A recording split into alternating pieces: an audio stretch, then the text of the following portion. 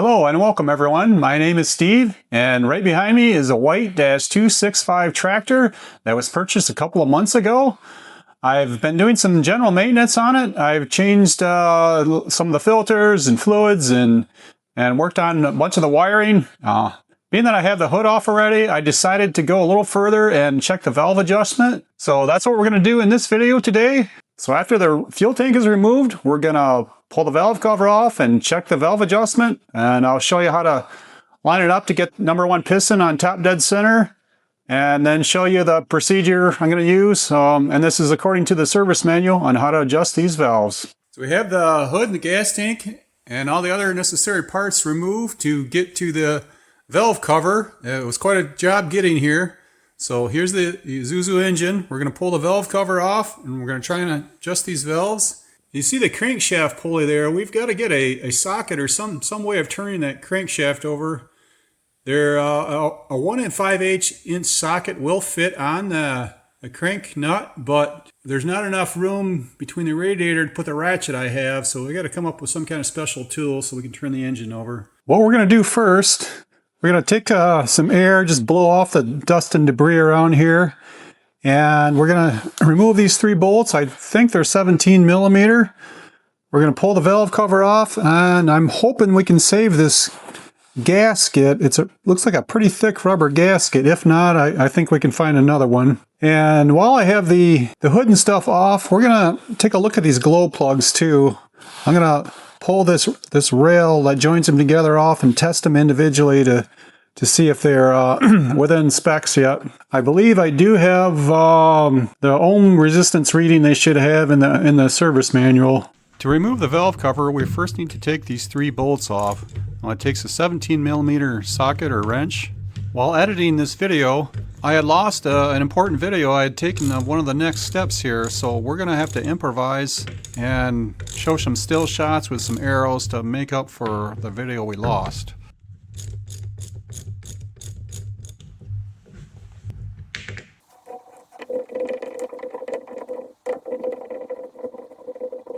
After the nuts were removed, there's a special metal cap that covers like a rubber isolator washer that fits into the cap, and then it fits into the valve cover around the stud. So it also helps locate the valve cover to the head.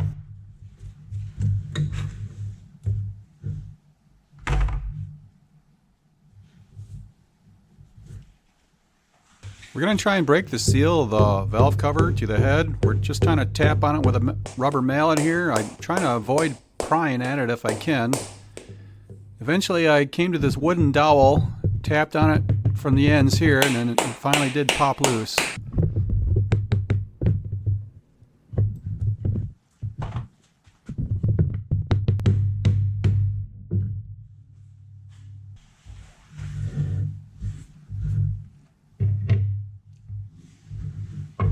The gasket was partly stuck inside the valve cover and then partly stuck on the head.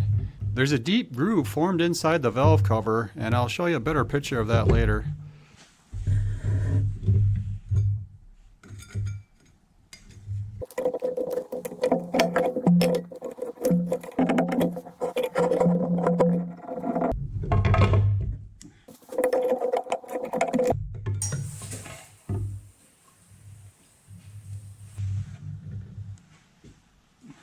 Pretty stout rubber gasket. I believe we could probably reuse that again, but we'll take a closer look at it when we're done. It fits nicely into this groove around the valve cover, and it seals off very well. So it's a really well made gasket and valve cover. We've got to get the number 1 piston on top dead center on the compression stroke. So being on the compression stroke means that when the piston's all the way to the top, both the valves are closed. Now you can rotate the piston or the crankshaft another 360 degrees and then the valves will be open. So we got to have it in the correct orientation.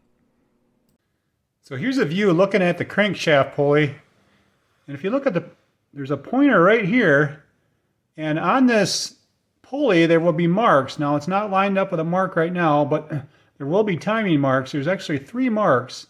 And we're going to line it up on the mark for top dead center. So instead of trying to find or make a special socket to fit the crank nut, I noticed there were 6 tapped holes in this pulley, and I found out there are actually standard 3/8 threads in there, so I was able to screw in some short bolts, and I was able to manipulate it by sticking a bar in between the bolts and turning the crankshaft where it needed to be. It was kind of cumbersome to do that, and it took a while, but it saved the hassle of trying to come up with another method. Here's a picture from the service manual showing the mark in the pulley. You can see the top dead center mark, and then you can see some injection timing marks. But we need to set it at the mark by the top dead center. So this is a little difficult to get in here to try and turn this crankshaft. Probably even more difficult to see on camera, but we're going to try and rotate it around to get those timing marks lined back up.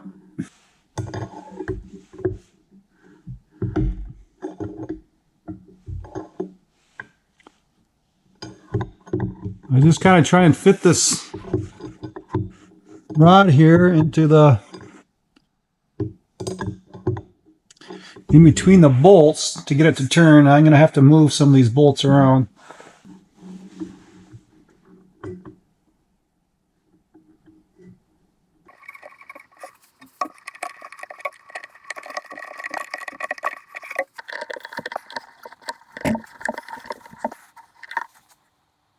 We've now got the pointer to line up with the top dead center mark on the pulley. Now that we have the piston on top dead center, we need to verify that that piston is on the compression stroke. There's an easy way to do that. There's no need to try and look down into the cylinder to see if the valves are closed.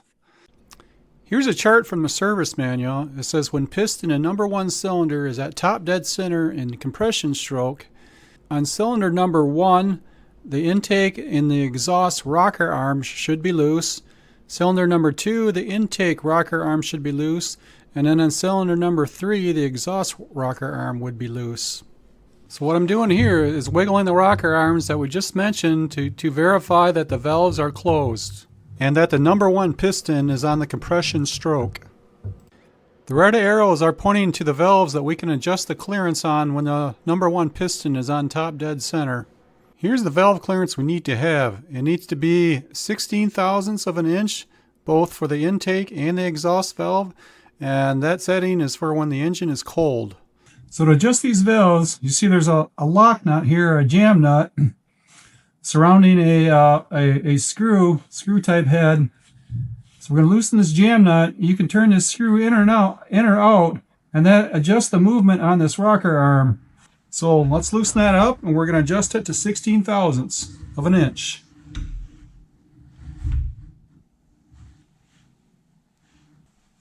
I like to have just a standard wrench to fit this as well.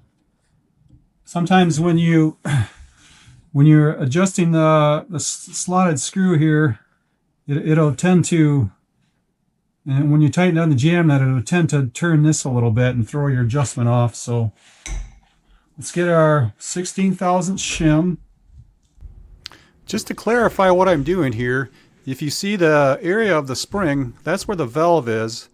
And then there's an arm called the rocker arm that goes up across to the push rod area. That's what I'm adjusting with a screwdriver.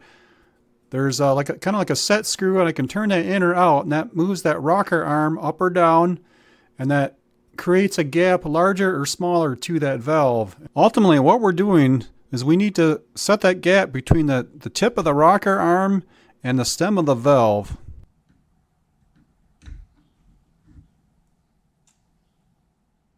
I'm just going to tighten that down a little bit. Got to back this jam nut off a little bit. We're going to snug it up on this shim. Now, it's kind of something you just have to get the feel for. You want a little bit of a drag on it. You want to try and maintain that when you tighten it down. So here's where I like to hold the screwdriver in position and then get this wrench on here, and I'll snug it up with that.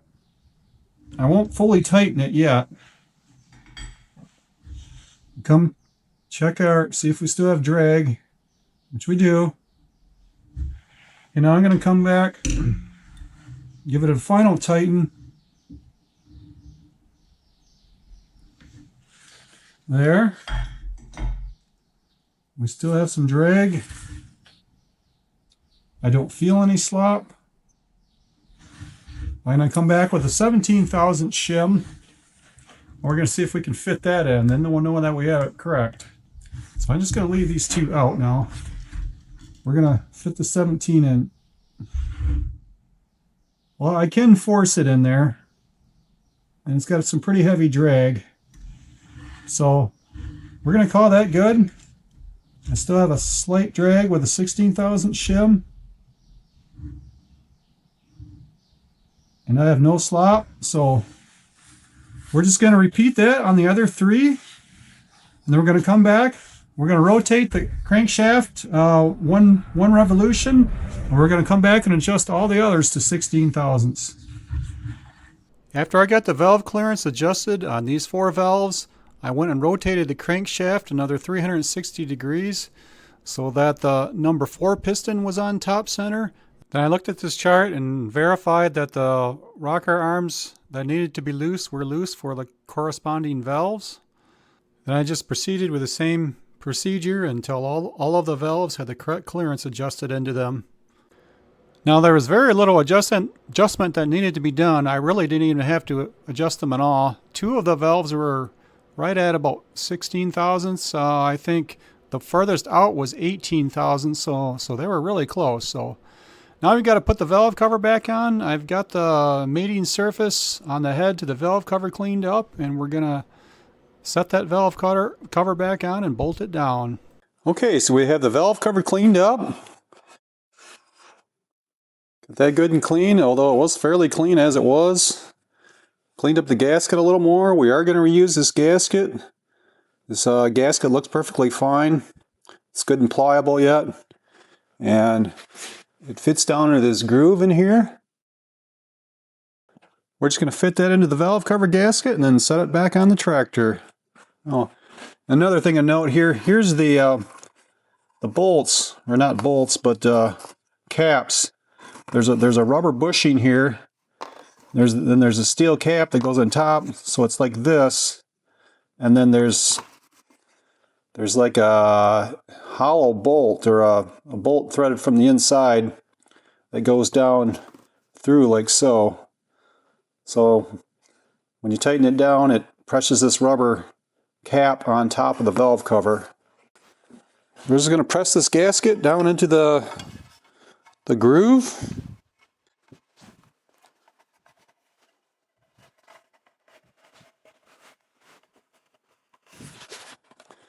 Okay, so that fits nicely in there. Does not appear there was any kind of adhesive ever put onto the gasket, nor should there be. It's a good thick rubber gasket. It should seal off nicely again.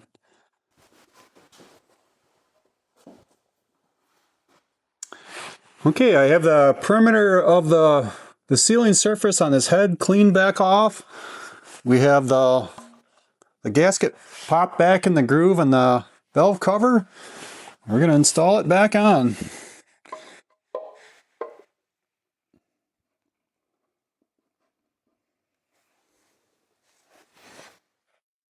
You can see there's kind of a large diameter hole around this. There's 3 studs sticking out here, and this bolt we're going to stick in there. We'll kind of center the valve cover on there. Or actually, the rubber part here will center in this hole, and then locate it.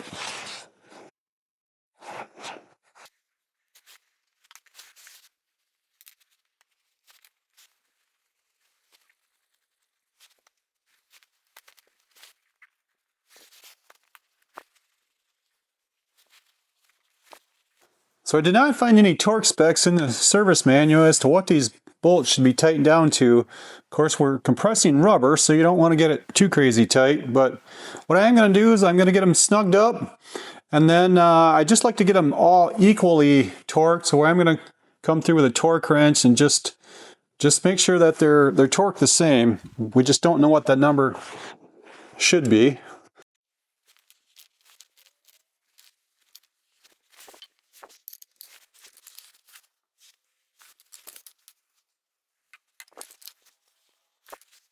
Okay, that'll do. We have them torqued down evenly. So hopefully that'll seal. As a side note, earlier in the video, I believe I mentioned I was going to check these glow plugs. So I had to take this rail off. There's like a metal rail that connects them all together. Then the wire comes in at one point. So I had to take that rail off, and the service manual said these things should measure from here to ground. I believe it was 1.8 ohms plus or minus 0.5 ohms. So all of them were 1.7 to 1.8 ohms, so they all checked out good. So we've got to come and put the gas tank tray back on, the gas tank, the hood, and then we'll get this thing wrapped up. But that's probably all I'm going to show in this video as far as valve adjustment. If it, for some reason, doesn't run, I'll bring it back and let you know. But I think it's going to be okay. So thanks everyone for watching. Greatly appreciate it. Please subscribe and leave a thumbs up. Hope to see you in the next video. Just thought I'd add this clip in here. It's showing after I added the fuel tank back on, and then I described some of the things I've been working on. Completely redid the wiring system. I had everything taken out, all the harnesses, this dash panel removed, and then got into all the harnesses and cleaned up the terminals, cleaned up the switches. So all the wiring is back to good working condition again. There's a video I made of this tractor. I'm going to try and create a link to it in the description. Please check that out if you have time. In the next video, we are going to bleed out the fuel system through the injection pump because all the filters were replaced and the fuel tank was drained and cleaned. And then we're going to get it started again, hopefully.